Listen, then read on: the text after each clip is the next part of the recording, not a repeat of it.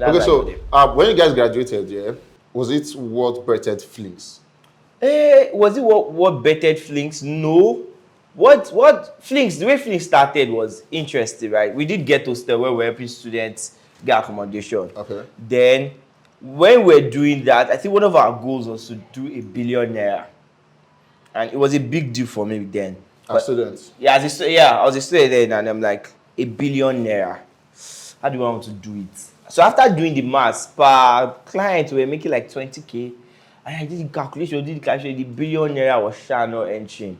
I was pushing, calculating, it did not enter that equation. So that was where we were like, okay, we need to start something else that can make us up to 1 billion naira. Okay. So before, say it again. When Flix first started, we were very confused. You know what we do. We went to Lekki, we were trying to sell properties in Lekki. We tried Lekki sales in Lekki, it didn't work. We tried rental in Lekki, it didn't work. Before we now started our first project on the mainland. And that now made sense. And then slowly we started understanding what the company should be about. Yeah. Now, do you feel bad that, because I'm hearing the fact that you mentioned you went to Lekki at the point. Now, do you ever feel bad when you go online and you see people selling an apartment for 450 million, 500 million, as compared to why you guys feel then and now? Do you feel like if you're there, you'd have done better?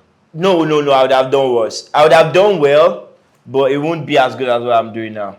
Okay. So if I had gone there, I would have just be one more realtor in Lekki. And that would have been good money-wise. But two things, I would have picked very early. Okay. Because when you are a realtor selling, the peak is not very high. And I will not be able to have the level of impact I currently have. So I won't be able to control the product, control people around me. I won't have as much impact. So I'll do well monetary-wise, but I think this is more fulfilling. Oh, okay. Yeah. And now, one of the basic challenges of people is how to manage people. Managing human beings is difficult. Like, it's one of the greatest things ever. And as a COO or CEO, as the case might be, what do you think are the hobbies you've had at the point that made you this person to manage human beings? Hobbies? Yeah, childhood hobbies or interests or something.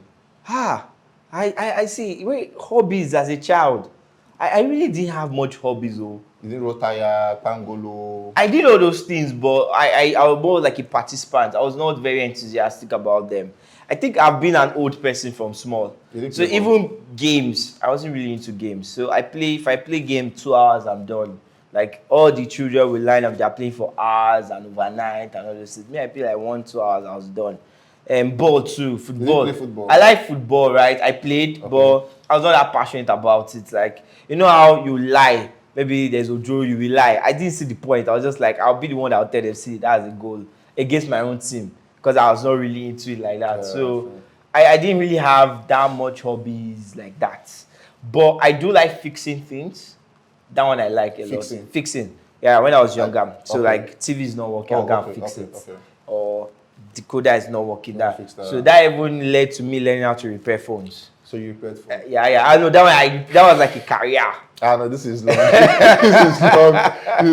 Okay, let's move on to your university experience, right? So you're 26. Yeah. Mind you, if you're watching this video, whatever year you're watching, this is 2024. Today, 2024, Bryce is 26 years. So you don't feel like I'll be 27 in August. You don't have to work with will be. It's what are we like this? So it's 26 years. Okay. So let's talk about your university. What year did you graduate? What year did you get into? Okay, I want to set me up. It's not like I don't know, or I'm like, okay, actually I don't know. I'm not gonna lie. What year did you graduate? What year did you how old is your colleague? What? How old is your colleague? Oh, he's younger than me. I think he's 25.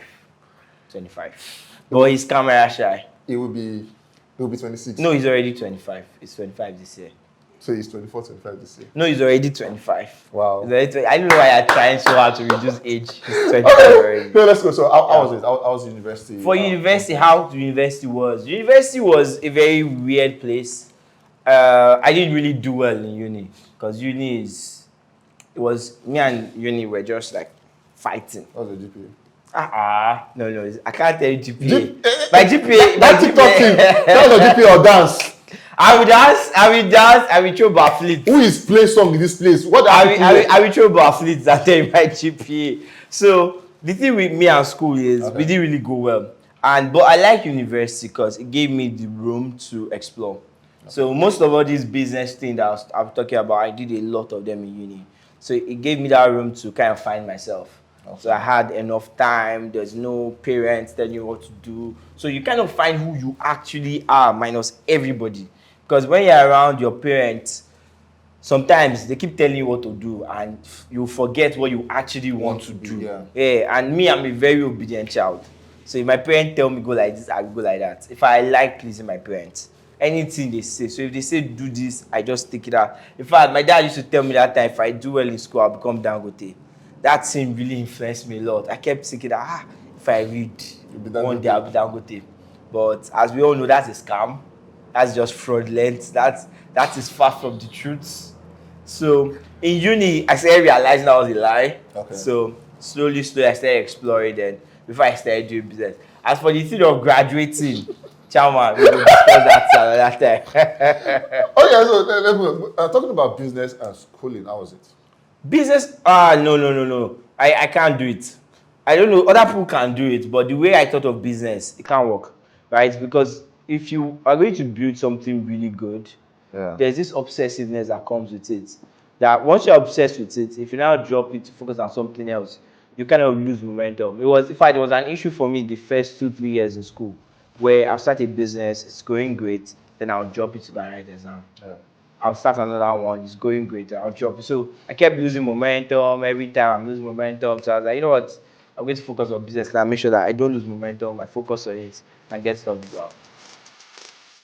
You have somebody, how did you make money? Like, I work Okay. that. I work that. Yeah, that's how you It's get. nice, but like everybody's working hard. So it goes. The one that pisses me off is God's grace. Yes, we know it's God's grace.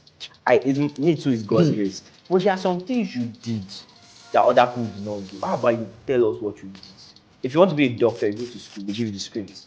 You become a doctor. Nobody doubts your ability because you know you go to school and you learned it. If you want to be a nurse, if you want to be any other thing, there's a script. But once it comes to business and making money, it seems like everybody's like, it has to be vibes.